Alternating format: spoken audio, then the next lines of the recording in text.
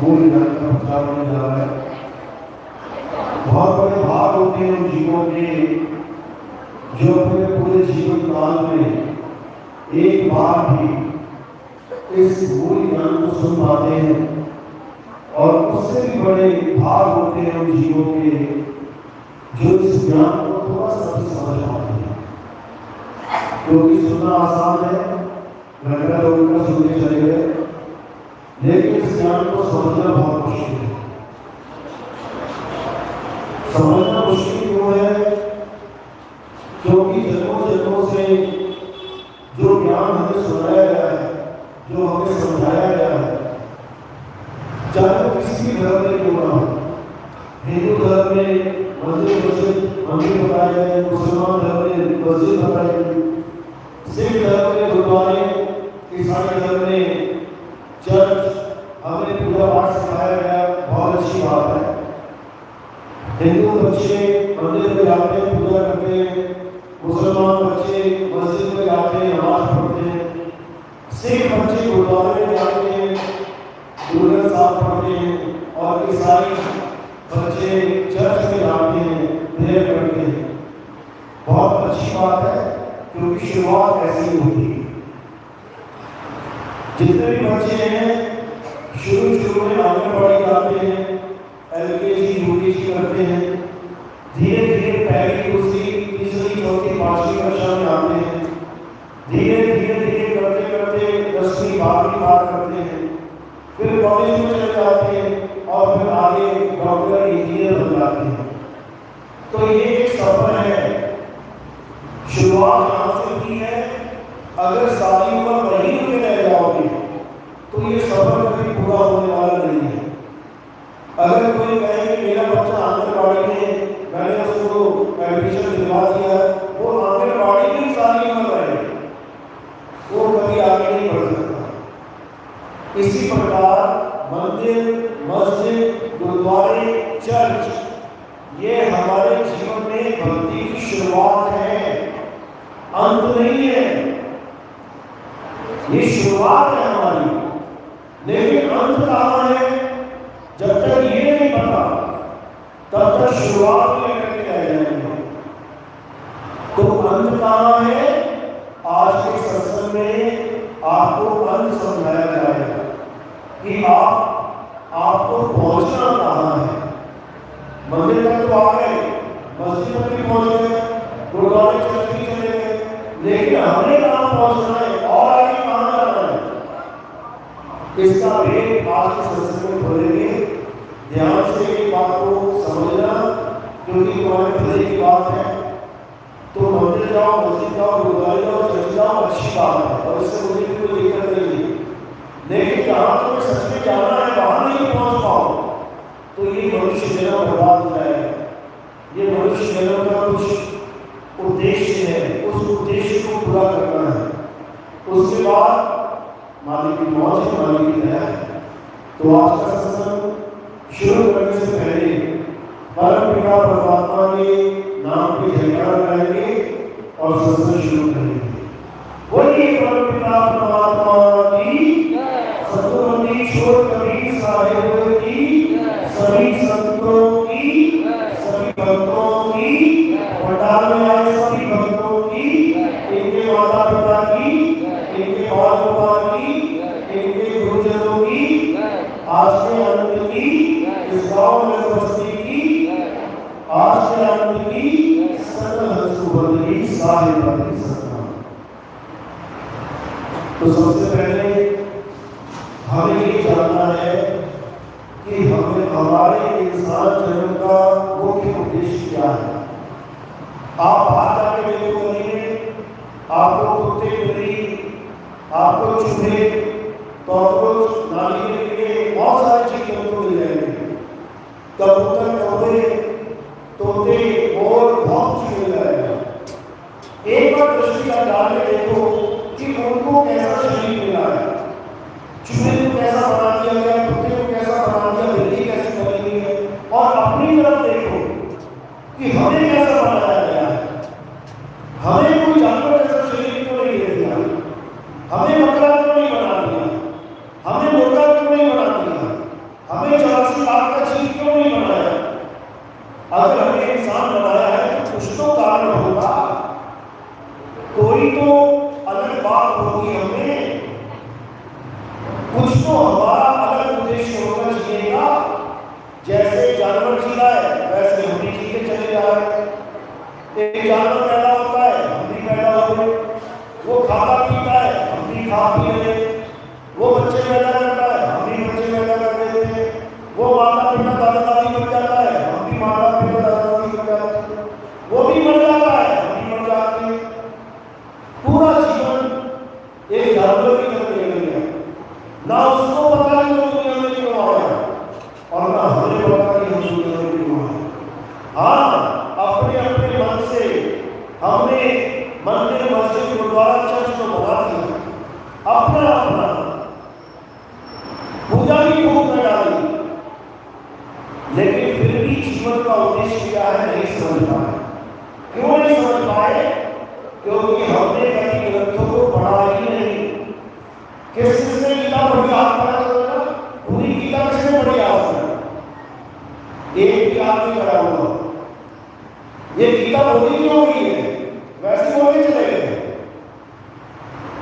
ये बहुत जरूरी ग्रंथ है हमारे जीवन में। हमारा एकमात्र ग्रंथ जो है, जो कहते हैं भगवान ने अपने मुंह से बोला, बाकी जितने ग्रंथ हैं वो सब किसी और ने लिखे हैं। बाकी ग्रंथ वेद व्यास जी ने लिखे हैं, लेकिन गीता कहते हैं श्री कृष्ण जी ने अपने मुख से बोली। जो उन्होंने अपने मुख से बोली हम वही नहीं पढ़ पाए, तो हम कहां से जान पाएंगे कि हमारे इस जीवन का मकसद क्या है? मैंने पहले भी बोला, मंदिर मस्जिद गुरुद्वारे चर्च ठीक है, शुरुआत अच्छी है, लेकिन अंत कहां है? क्या करें कि हमें लगे कि हमारा जन्म सफल हो गया? एक हिंदू मरने लगता है वो भी अंत में हुआ है, एक मुसलमान मरने लगता है वो भी बेचारा परेशान है, एक सिख एक ईसाई मरता है वो भी बेचारा डॉक्टर साहब बचा लो, डॉक्टर साहब बचा लो करता है। अरे किसी का तो जन्म सफल हो, कोई तो हंसता हुआ जाए यहां से, क्योंकि नहीं जा सकते। हंसते हुए कौन जाते हैं? जिन्हें आत्मज्ञान प्राप्त हो जाता है, जिन्हें अपनी आत्मा का ज्ञान प्राप्त हो जाता है। भगवानों को तो पूज लिया, मंदिरों में खूब पूजा कर ली, खूब नमाजें पढ़ ली, मस्जिद जाके चर्चों में गुरुद्वारों में खूब अरदासें कर दी, लेकिन अपनी आत्मा को नहीं जान पाए।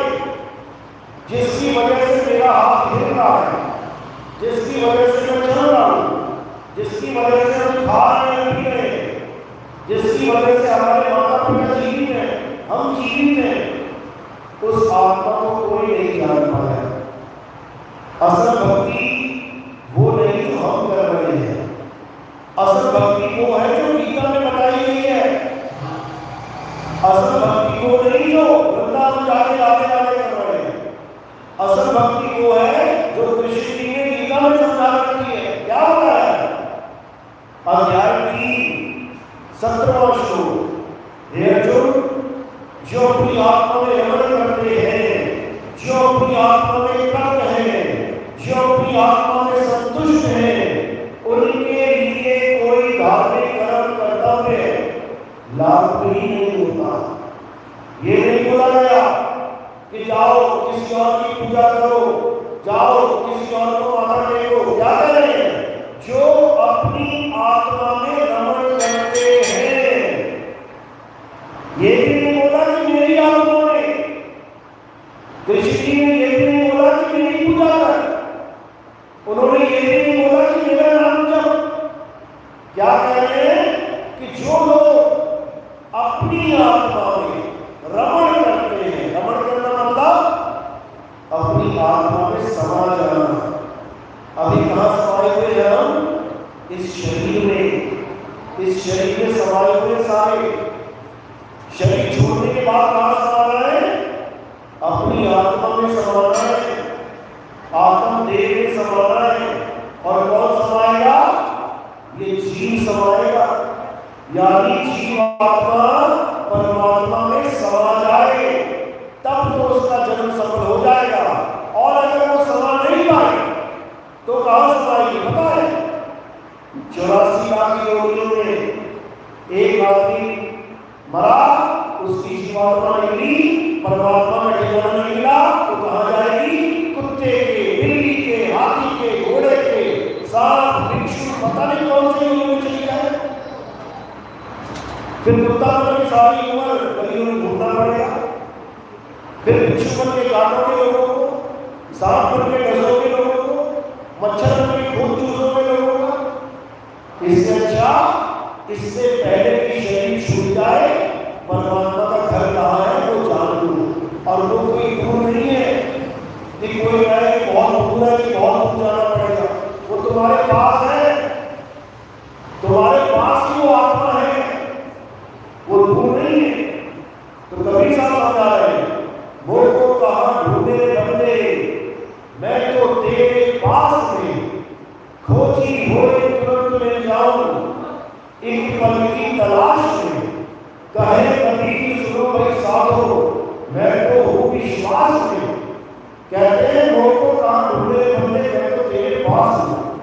यानी परमात्मा को कहीं बाहर मत ढूंढ, परमात्मा किसी गली नंबर 4, गली नंबर 5, गली नंबर 6 नहीं रहता। जो इंसानों ने इतने परमात्मा के घर बना दिए, अलग अलग गलियों में अलग अलग घर बना दिए, लाइनों की लाइनें लगी हुई हैं, परमात्मा कहाँ रहता है? हे अर्जुन, इस आत्मा में ही परमात्मा का वास है, लेकिन जान नहीं पाता चीज सारी उम्र, और परमात्मा को ढूंढने के लिए भटकता रहता है। कैसे भटकता है? जैसे एक हिरण अपनी ही नाभि में पड़ी कस्तूरी को ढूंढने के लिए वन वन भटकता रहता है, और अंत में मर जाता है। उसको मिलती नहीं है, कस्तूरी मिलती नहीं है उसको, भटकता रहता है। इसीलिए साहब ने कहा कस्तूरी कुंडल बसे मृग ढूंढे वन माही, ऐसे रमता राम है ये दुनिया जाने नहीं। कहते जो हमारा राम है वो कहाँ रमा हुआ है? वो आप सामने रमा हुआ है। एक भी चीज ऐसा नहीं है जिसमें राम नहीं है, लेकिन वो जानता नहीं है, इसलिए भटक रहा। तो कहाँ है वो राम? आत्म में राम, राम में आत्म, चीन सुख विचारे। यानी वो परमात्मा हमारी आत्मा में विराजमान है, इसीलिए आत्मा अमर है, अमर। कृष्ण जी समझा रहे हैं गीता में, हे अर्जुन, जो नाशवान तत्वों की पूजा करते हैं, जो नाशवान मूर्तियों की पूजा करते हैं, जो नाशवान देवी देवताओं की पूजा करते हैं, वो अल्प बुद्धि जीव है। अध्याय 7 23वां श्लोक पढ़ो। उन्हें बुद्धिमान नहीं बोला, बुद्धिमान किसे बोला है? हे अर्जुन, जो आत्मा को जानते हैं, जो आत्मा की पूजा करते हैं, जो आत्मा में लीन रहते हैं, वही ज्ञानी पुरुष है। क्यों? क्योंकि नैनम छिन्नति शस्त्राणि, नैनम नहति पावका, न चैनम दोदंतापे, न शोषति मानता। हे अर्जुन, इस आत्मा को ना तो कोई शस्त्र काट सकता है, ना इस आत्मा को कोई अग्नि जला सकती है, ना इस आत्मा को वायु सुखा सकती है, ना इस आत्मा को जल भिगो सकता है। तो किसकी महिमा कर रहे हैं? अपनी? बिल्कुल नहीं। वो ये नहीं कह रहे कि देवी देवताओं की पूजा करो, वो ये नहीं कह रहे कि मेरी शरीर की पूजा करो, वो ये नहीं कह रहे कि आप पत्थर को पूजो, वो कह रहे आत्मा को जानो, आत्मा को। अगर हम इस धर्म में हैं, हिंदू धर्म में हैं, और हमें गीता में ज्ञान नहीं है, तो हमें कोई ज्ञान नहीं है। इसलिए सबसे बड़ा धार्मिक ग्रंथ जो है हमारा गीता है। गीता को पढ़ना शुरू करो। पूरी गीता पढ़नी बहुत मुश्किल है, समझता हूं मैं।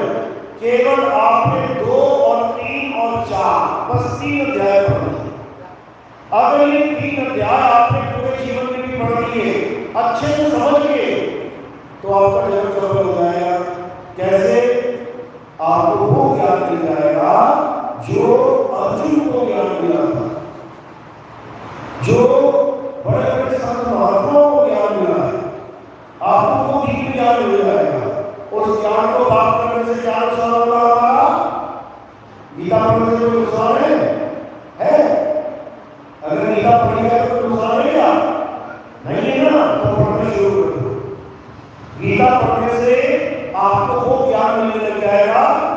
आप कहीं पर भी बैठ के, किसी भी मंच पे बैठ के, अगर मात्र 2 अध्याय के लिए आपने सबसे बोल दिया ना, लोग आपके आगे माथा टेकने लग जाएंगे, लोग आपके आगे मत्था टेकने लग जाएंगे, लोग कहेंगे बहुत ज्ञानी पुरुष है, बहुत ज्ञानी औरत है ये तो।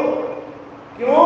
क्योंकि ये आत्मा का ज्ञान बोल रही है, ये पत्थरों की बातें नहीं कर रही, ये मंदिर मस्जिद गुरुद्वारों की बातें नहीं कर रही, ये नाचमान मूर्तियों की बातें नहीं कर रही, ये अविनाशी आत्मा की बात कर रही है। भले तुम्हें आत्मा के बारे में कुछ नहीं पता, तुमने कभी आत्मा का अनुभव नहीं भी किया, अगर तुम आत्मा के बारे में बोलने लग जाओगे, लोग तुम्हें ज्ञानी मान लेंगे। ये इतना बड़ा ज्ञान है क्योंकि आम आदमी की ये समझ में आता ही नहीं है। आम आदमी के आगे 100 बार आत्मा आत्मा आत्मा करके चले जाओ, वो फिर पत्थरों में भगवान में ढूंढेगा, वो कभी सोच ही नहीं सकता कि आत्मा होगा क्या है। लेकिन कृष्ण जी किसी पत्थर को पूछने की बात नहीं कर रहे, कृष्ण जी कह रहे आत्म तत्व को जानो। आत्म तत्व यानी तुम्हारा असली स्वरूप। एक दिन ऐसा आएगा जब तुम ये नकली यानी इस काया को, नकली स्वरूप को छोड़ दोगे और उसको छोड़ के अलग हो जाओगे, तब लोग क्या कहेंगे, मेरी माता शरीर छोड़ गई, मेरे पिताजी शरीर छोड़ गए। तो शरीर तो यही बड़ा है, जो छोड़ के गया वो कौन है? वो कौन है जो शरीर छोड़ के जा रहा है? वो अजर अमर अविनाशी है, वो जीव है, जीव। लेकिन उस जीव को भी कोई नहीं जानता। हर काया में एक जीव बैठा है। हम लोग कहते हैं कितने लोग जीवित हैं? जिस काया में जीव है वो जीवित है, और कितने लोग निर्जीव हैं? जिस काया में जीव नहीं है वो निर्जीव है। यानी तुम्हारी काया भी जीवित क्यों है? क्योंकि जीव है इसमें, और जीव अजर अमर अविनाशी है। बोला भी आपने, ईश्वर अंश जीव अविनाशी, यानी ये जीव कभी मरता ही नहीं है, अनंत, इसकी आयु अनंत है, अनंत, इसका कोई अंत ही नहीं है। लेकिन बेचारा छोटी छोटी योनियों में भटकता फिर रहा है। कोई योनि मिल गई 1 दिन वाली, 1 दिन में शरीर छोड़ दिया, कोई मिल गई 3 दिन वाली, 3 दिन में शरीर छोड़ दिया, कोई मिल गई 1 साल वाली, 1 साल में शरीर छोड़ दिया, कोई मिल गई 10 साल, 50 साल, 100 साल वाली, कई 300, 500, 1000 साल वाली। ये बरगद के पेड़ है, ये पीपल के पेड़ है, 500 साल जीते हैं, 1000 साल जीते हैं, लेकिन है ये भी एक योनि। इसमें भी वही चीज भ्रमण कर रहा है। मक्खी, मच्छर, खटमल, कछुआ, सांप, घड़ियाल, सब में वही चीज है जो बेचारा भ्रमण करता जा रहा है। 84 लाख बार योनियां प्राप्त करने के बाद मात्र एक बार ये इंसान जन्म में आया है। आपकी उम्र आधी से ज्यादा बीत गई है, आपके पास कुछ साल है, मात्र कुछ साल। किसी के पास 10 साल, किसी के पास 20 साल, किसी के पास 30 साल, किसी के पास 40 या ज्यादा से ज्यादा 50 साल, 70 साल, इससे ज्यादा नहीं जीने वाला कोई।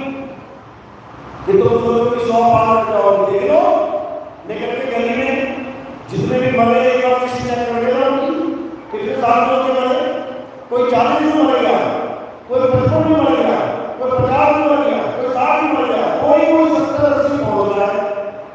तो तुम अपनी 80 मान के लगा लोगे और आज की उम्र से घटा देना, कितना बचा है? 30-40 साल ऐसे निकल जाएंगे चुटकियों में, जैसे ये निकल गए।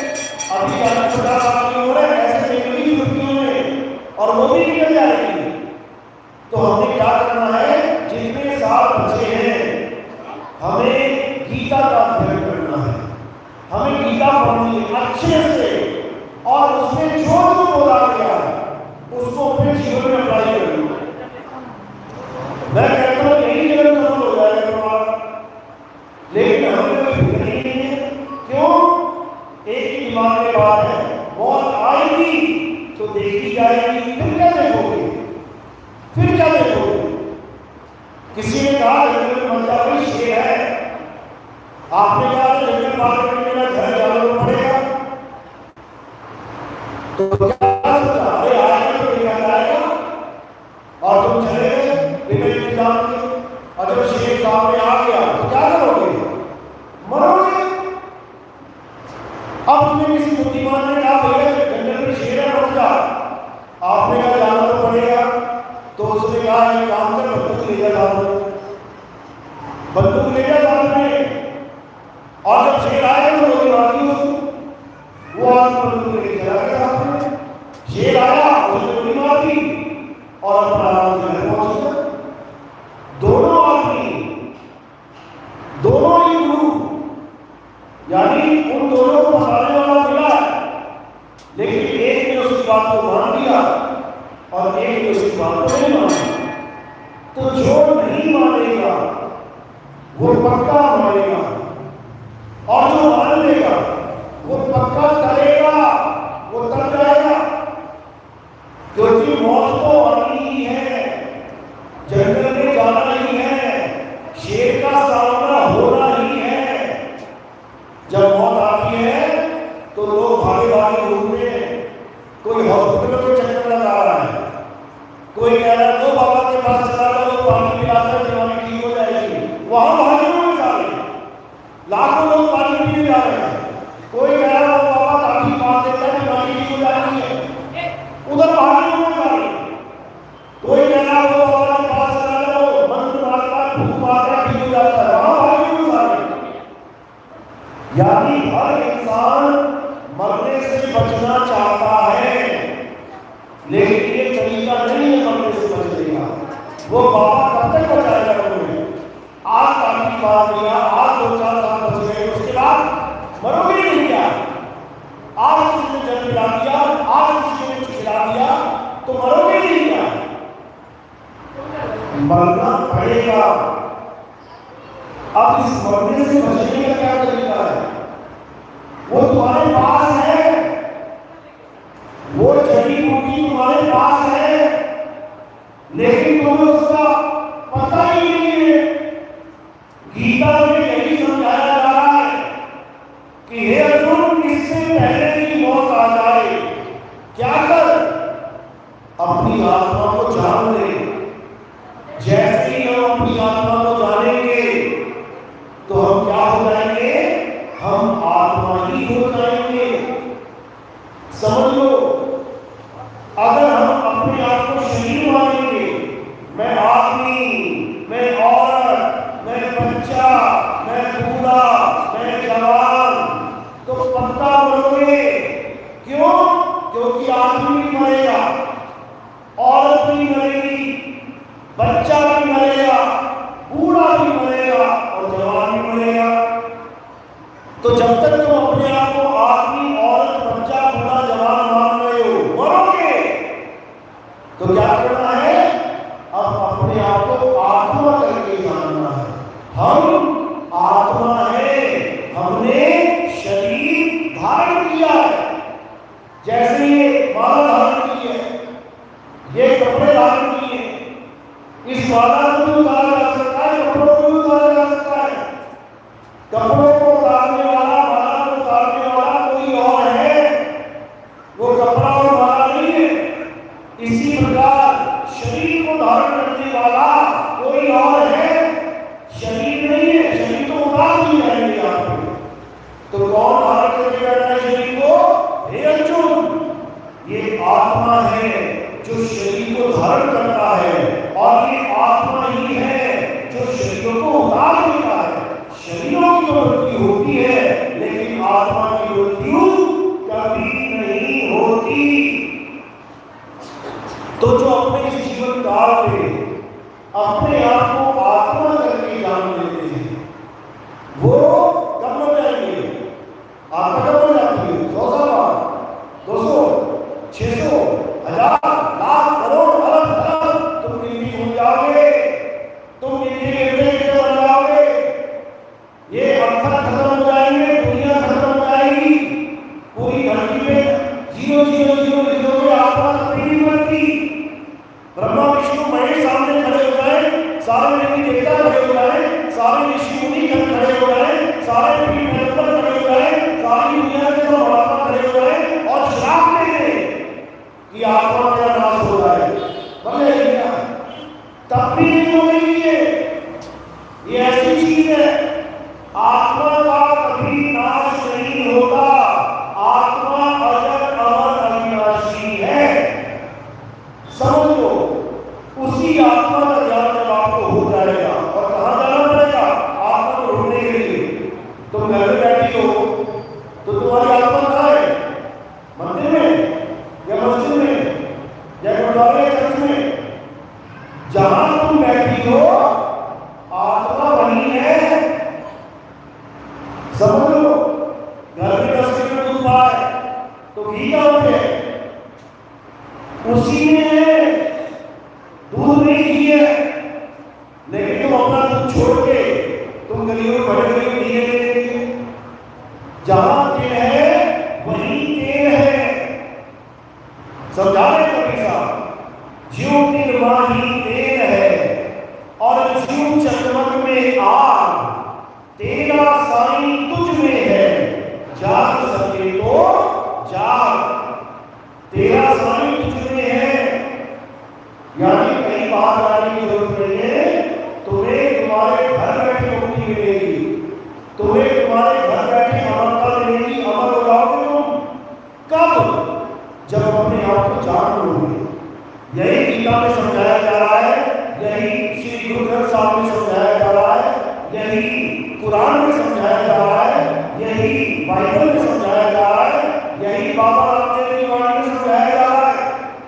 बाबा रामदेव है ना, उनका ग्रंथ पढ़ना 24 प्रमाण, जो बात मैं तुम्हें बता रहा हूं ये सब लिखा हुआ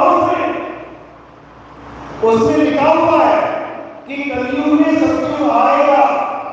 जब सतयुग आएगा तो सारी दुनिया आत्मदेव की पूजा करेगी, वो आत्मा को जानेगी। उसके बाद पत्थरों की पूजा बंद हो जाएगी। क्यों? क्योंकि लोग विवेकी हो जाएंगे। पत्थरों की पूजा पूरी नहीं है, लेकिन कब तक करनी है?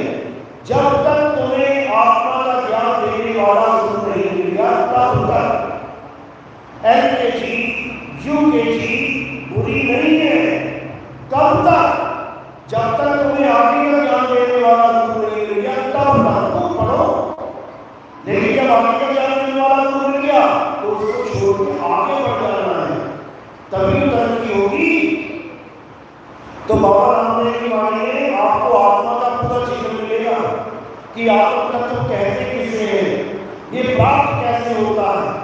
इसी आत्मा को सतनाम कहते हैं, सच्चा नाम। यानी जो मालिक का असली नाम है वो यही है, सतनाम यानी आत्मज्ञान। यही ज्ञान हम सबको प्राप्त करना है, तब जाके हम सत्य सनातनी बनेंगे। सत्य सनातन का मतलब क्या है? अध्याय 2 24वां श्लोक, हे अर्जुन, आत्मा अछेद्य है, अशोष है, अदाह है। यानी आत्मा को कोई छेद नहीं सकता। कोई कहकर चाकू मार के आत्मा को नहीं मार सकता, कोई कहकर तलवार से मार के नहीं मार सकता, कोई कहकर गोली से मार के नहीं मार सकता। वो आत्मा अछेद्य है, अशोष है, अदाह है, उसको जलाया नहीं जा सकता। ये आत्मा अचल है, ये चलती नहीं है, ये अचल है, ये सदा स्थिर रहने वाली है। इसी आत्मा को सत्य सनातन कहते हैं। यानी सत्य सनातनी कौन है? जो आत्मदेव को जान ले, जो अपनी आत्मा को पहचान ले। तुम्हें तुम्हारे घर में प्रेम मिल रहा है, क्यों मिल रहा है? आत्मा की वजह से। तुम्हारे शरीर में आत्मा है, तुम्हें लोग मम्मी मम्मी कह रहे हैं, तुम्हें पापा पापा कह रहे हैं, तुम्हें प्यारा प्यारा कह के घर में बिस्तर में सुला रहे हैं। और जैसे आत्मा ने शरीर छोड़ दिया, अब तुम्हें बिस्तर में न सुलाएगा कोई, अब जमीन में लगा देंगे तुम्हें, अब कोई बढ़िया बढ़िया कपड़े नहीं मिलेंगे तुम्हें, रंग बिरंगे कपड़े पहन के फिर नहीं मिलेंगे। क्या मिलेगा? कपड़ा मिलेगा, सफेद कपड़े पहनेंगे तुम्हें। जितना भी प्यार मिल रहा है, जितना भी दुलार मिल रहा है, जितनी भी इज्जत मान सम्मान मिल रहा है, किसकी वजह से? आत्मा की वजह से।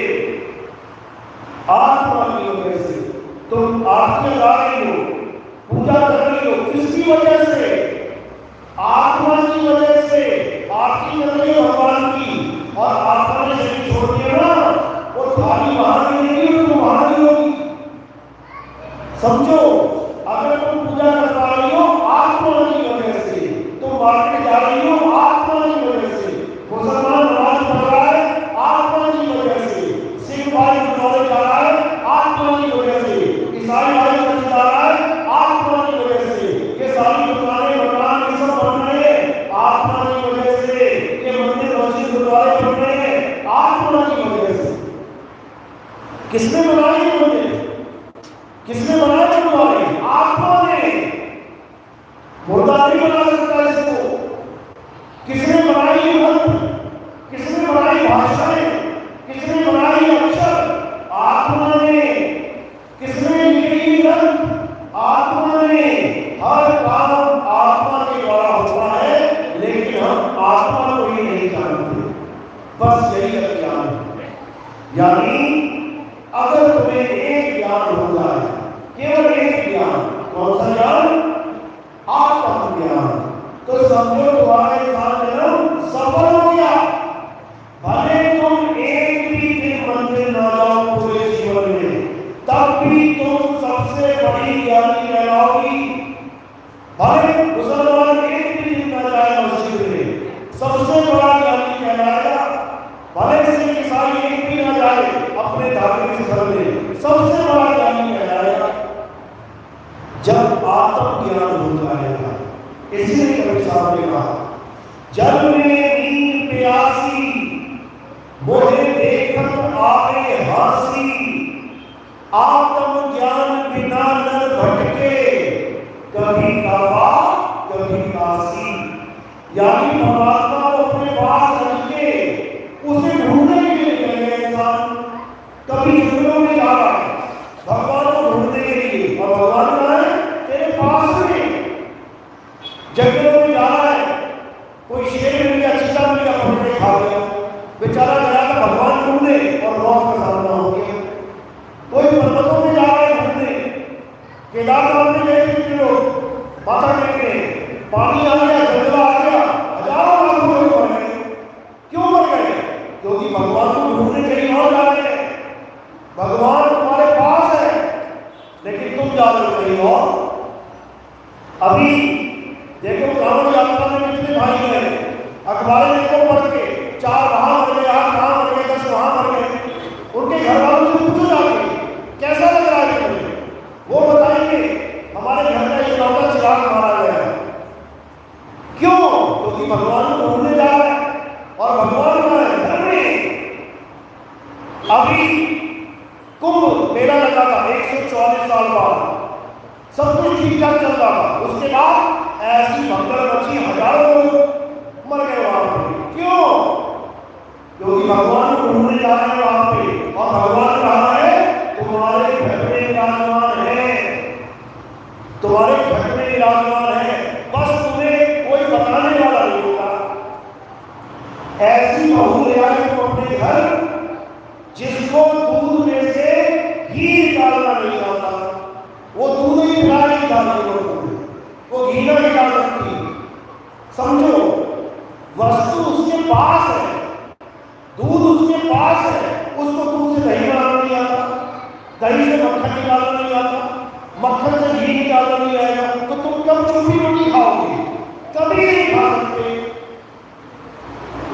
इसी प्रकार आत्मा तुम्हारे पास है, परमात्मा भी तुम्हारे पास है, लेकिन तुम्हें उसको प्रकट करना ही नहीं आता, तो भटकते ही मर जाओगे। समझ लो। इसलिए कबीर साहब ने क्या कहा? गुरु को कीजिए दंडवत, कोटि कोटि प्रणाम, कीट न जाने रिंग को, गुरु कर दे आप समान। यानी जिस मां को दूध में से घी मक्खन निकालना आता है, वो अपनी बेटी को भी सिखा देती है, और जिस मां को दूध में से मक्खन निकालना नहीं आता, वो क्या खाक सिखाएगी? इसीलिए कबीर साहब ने कहा कि 2 प्रकार के गुरु हैं। एक गुरु तुम्हें कहता है कि चलो भगवान को ढूंढने चलो, पूजा करने चलो, कहाँ? मंदिर में, मस्जिद में, गुरुद्वारे में, चर्च में, पहाड़ों में, नदियों में, नालों में। और एक गुरु है जो कह रहा है कहीं जाने की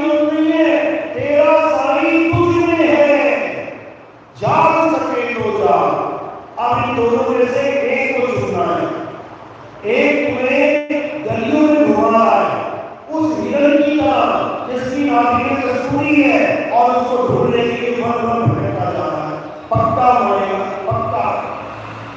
और एक जो तुम्हारा परमात्मा तुम नहीं प्रकट करवा दे, बलिहारी और भटकी जा घट प्रकट हुई।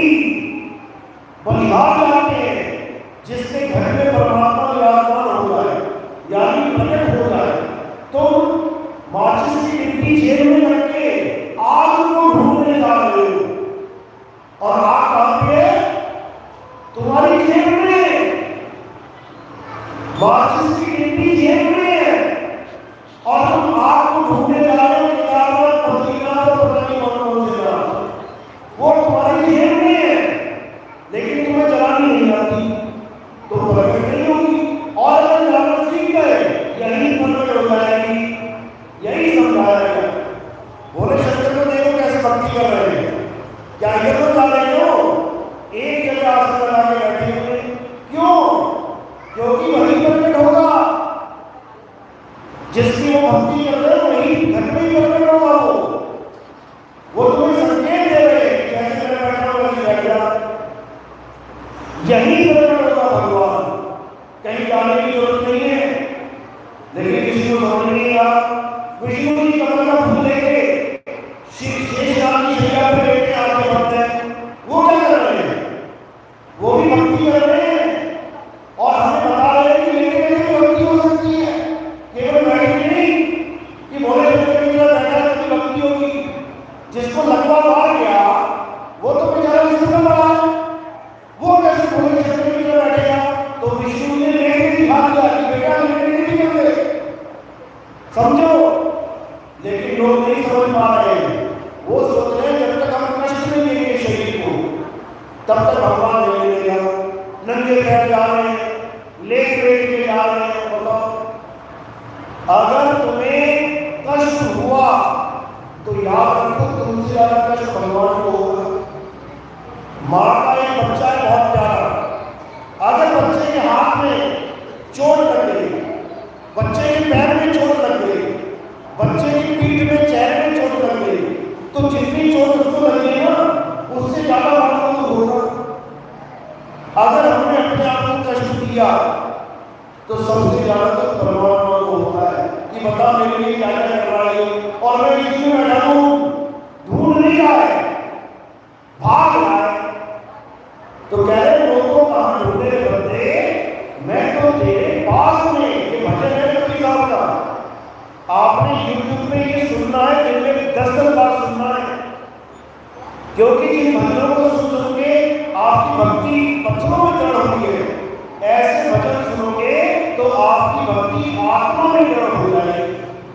फिर आपको समझ में आएगा कि पत्थर में और आत्मा में फर्क क्या है। ठीक है, शुरुआत पत्थर के साथ करनी है, अच्छी बात है, पत्थर को भगवान मान लिया, अच्छी बात है। लेकिन असल में पत्थर भगवान नहीं होता। क्या राम जी पत्थर में थे? कृष्ण जी पत्थर में थे? हनुमान जी पत्थर में थे? अरे पत्थर की तो अहिल्या थी जिसको भगवान राम ने पैर लगाया और वो पत्थर से इंसान बन गई। तो भगवान वो होता है जो पत्थर को इंसान बना दे, और इंसान वो बन गया है जो भगवान को पत्थर बना दे। सोचो, बस इसी को समझना है। पत्थर टूट सकता है, फूट सकता है, भगवान टूट नहीं सकता, फूट नहीं सकता। पत्थर खंडित हो जाएगा, उसको उठा के मंदिर से बाहर निकालेंगे। भगवान कभी खंडित नहीं हो सकता, आत्मा अखंड है, वो कभी खंडित नहीं होती। लेकिन उसको कोई जानता नहीं है, इसलिए उसकी पूजा ही नहीं होगी। तो आत्मा की पूजा कैसे होगी? जब हमारे जीवन में आत्मज्ञानी संत आएगा, वो हमें समझाएगा कि आत्मा की पूजा कैसे करनी है। तब जाके हमें समझ में आता है कि आखिर हमारे जीवन का परम लक्ष्य क्या है। नहीं तो ये जीवन ऐसे ही जाएगा। तो क्या करना है? जितना कर दिया अच्छी बात है, LKG पढ़ दी, UKG पढ़ दी, पहली दूसरी पांचवी पढ़ दी, अच्छी बात है। अब आगे बढ़ना है, अब पत्थरों से ऊपर उठ के आत्मा तक जानना है। आत्मा में जब रमण करेंगे तो परमात्मा की प्राप्ति होगी और हमारा जन्म सफल हो जाएगा। कृष्ण जी का गीता बोलना सफल हो जाएगा, संतों का वाणी बोलना सफल हो जाएगा। अब वो तो बोल बोल के चले गए और हम समझ नहीं पाए और फेल हो गए तो क्या फायदा। टीचर बोल बोल के चला गया क्लास में, पढ़ा के चला गया, लेकिन बच्चा समझ ही नहीं पाया तो क्या होगा, फेल हो जाएगा। और बच्चा ही फेल हो गया तो टीचर का पढ़ाने का मतलब ही क्या है। फिर तो इस दुनिया में ना तो कृष्ण जी आए, ना कबीर जी आए, ना बाबा नानक आए, ना बाबा रामदेव आए, कोई भी ना आए, तब भी पत्थर पूजा जा सकता है। इनके आने का मकसद क्या है? इनके आने का मकसद है आत्मा को जानना, आत्मा को पहचानना। जिस आत्मा की वजह से एक पत्थर को भगवान की मूर्त में डाला जाता है, जो हथौड़ा शेना लेके लगा हुआ है, वो आत्मा है, वो पत्थर को स्वरूप दे रहा है, भगवान बना रहा है पत्थर को। समझो तो सारे काम आत्मा की वजह से हो रहे हैं, लेकिन हम आत्मा को नहीं जानते, इसलिए हमारा जन्म बार बार बर्बाद होता है। हम 84 लाख योनियों में भ्रमण कर रहे हैं। समझ लो कैसे जाते हैं 84 लाख योनियों में, ये भी समझ लो।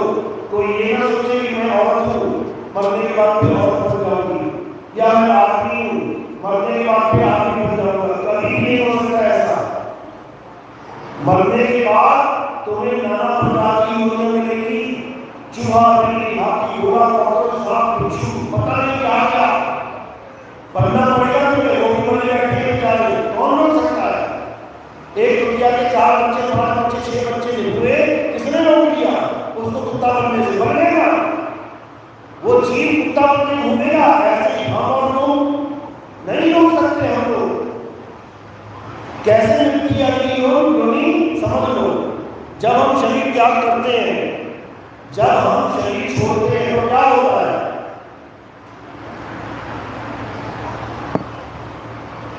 हम डर रहे होते हैं, हालत खराब हो रही होती है, डॉक्टर को कह रहे होते डॉक्टर साहब बचा लो, मम्मी पापा को कह रहे होते बचा लो, भाई बहन को, दादा दादी को कह रहे होते बचा लो, लेकिन कोई नहीं बचा सकता।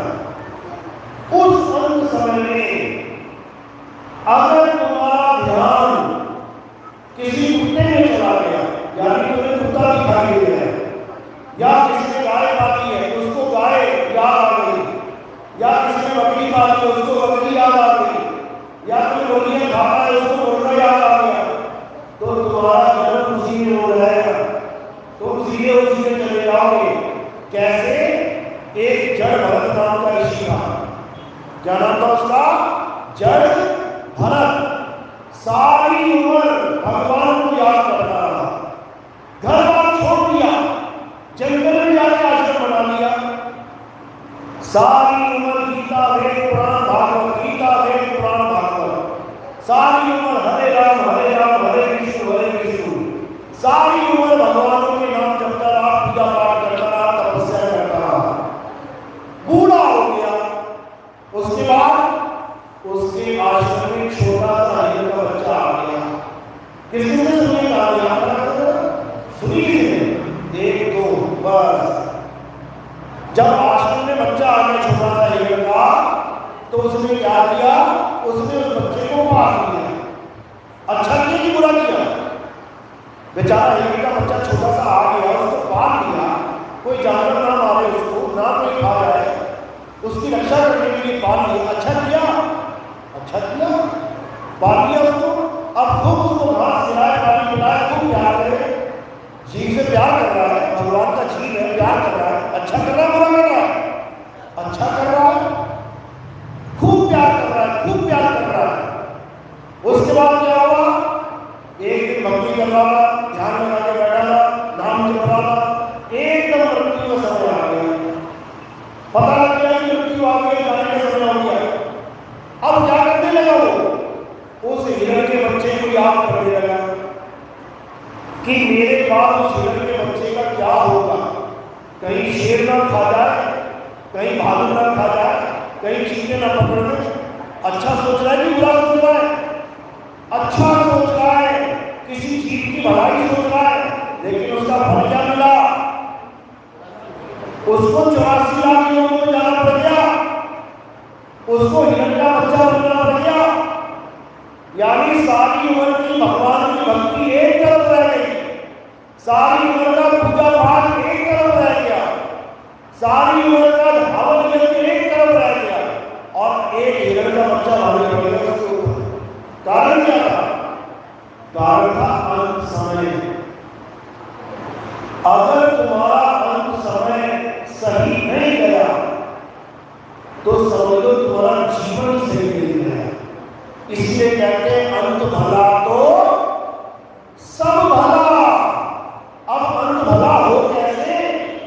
मरने वालों की शक्ल का देख लेना, अंत भला हुआ कि नहीं हुआ मेरी सास का? पूरा दिन मंदिर करती रही, और जब मरी तो हालत खराब हो गई बेचारे की, डर डर के मरी, लैट्रिन करके मर गई, सारे कपड़े खराब करके चली गई। तो अच्छा हो गया क्या? ससुरा मरा, सारी उम्र पूजा पाठ करता रहा, अंत समय में लैट्रिन बाथरूम निकल गया उसका, हालत खराब हो गई।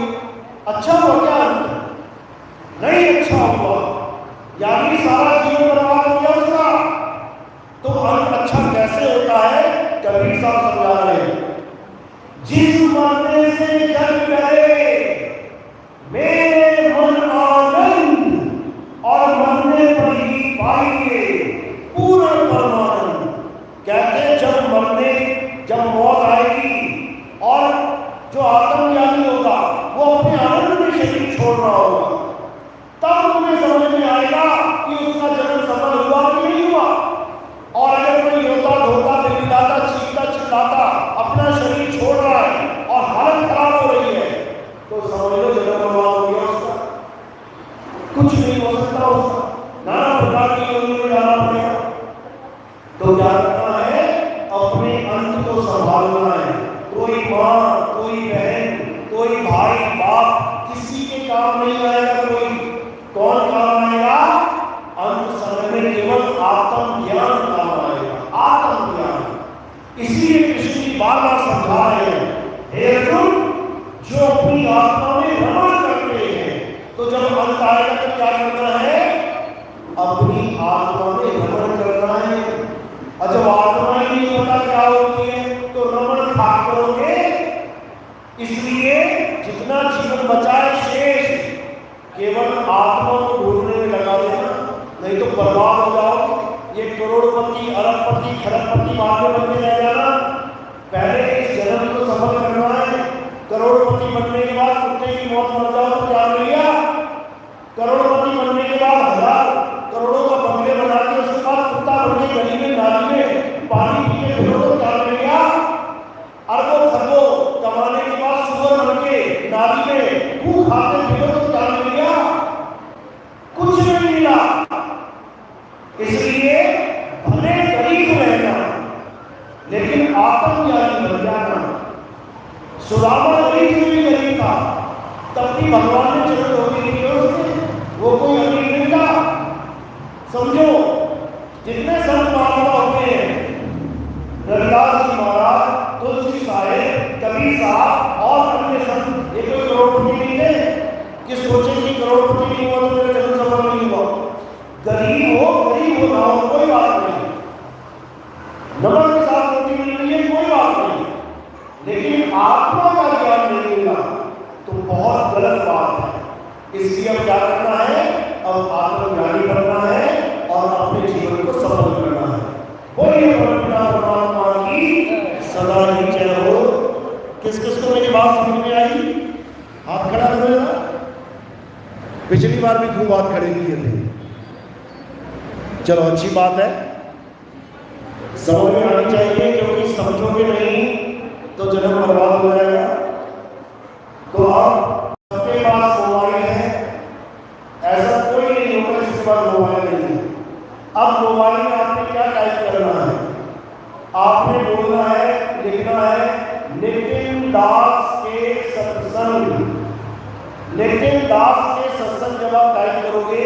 तो यूट्यूब में हमारे सत्संग शुरू हो जाएंगे। आपको धीरे धीरे, एक बार में समझ में नहीं आएगा, धीरे धीरे धीरे धीरे आपको एक एक बात ऐसे समझ में आने लग जाएगी जैसे ये सारा ज्ञान आपके लिए ही बोला जा रहा है। एक एक बात समझ में आ जाएगी। फिर कृष्ण जी क्या कह रहे हैं वो भी समझ में आ जाएगा, बाबा नानक क्या बोल के गए वो भी समझ में आ जाएगा, बाबा रामदेव जी क्या बोल के गए वो भी समझ में आ जाएगा, कुरान में क्या बोला जा रहा है वो भी समझ में आ जाएगा, बाइबल में क्या समझाया गया वो भी समझ में, हर चीज समझ में आने लग जाएगी। और सारी कहानी कहाँ आगे खत्म हो जाएगी? आत्मज्ञान। आत्मज्ञान तो आत्मज्ञान करना है और जन्म सफल करना है। बोलिए परमात्मा की। तो आरती का समय है। हमारे यहाँ आरती किसकी होती है? हमारे यहाँ आरती आत्मदेव की होती है। हमारे यहाँ चिंता की आरती होती है, आत्मा की आरती होती है। कैसे होती है आत्मा की आरती? आत्मा लाने के लिए मुझे कहीं जाना पड़ेगा क्या? मेरे पास आत्मा है, इसकी आत्मा की आरती होती है। कैसे होती है? थोड़े से फूल लेने हैं और मेरे सिर के ऊपर रख देने हैं। सिर के ऊपर क्यों रखते हैं? क्योंकि पैर के अंगूठे से लेके सिर की चोटी तक ये क्या दिखाई दे रहा है? नाशवान शरीर। और हमने नाशवान शरीर की आरती नहीं करनी है, हमने किसकी आरती करनी है? उस अविनाशी आत्मा की जो इस नाशवान शरीर को चला रही है। ये पंखा चल रहा है ऊपर, एक है, एक आदमी केवल पंखे को देख रहा है और एक आदमी करंट को देख रहा है। तो जो करंट को देख रहा है वो जान रहा है कि ये पंखा कौन चला रहा है? करंट। और जो करंट को नहीं जान रहा है वो क्या कहेगा? अरे देखो पंखे की आरती हो रही है। यानी इस शरीर और इस आत्मा को अलग अलग करके जान लेना है। शरीर की आरती नहीं है, ये आत्मा की आरती होती है। तो जो भी आरती करना चाहेगा वो आगे आ जाएगा और आरती के बाद जो भी प्रसाद ग्रहण करेंगे और उसके बाद कोई नाम दीक्षा वाला होगा, कोई पहले से सुनता है वो नाम दीक्षा ले सकता है। वही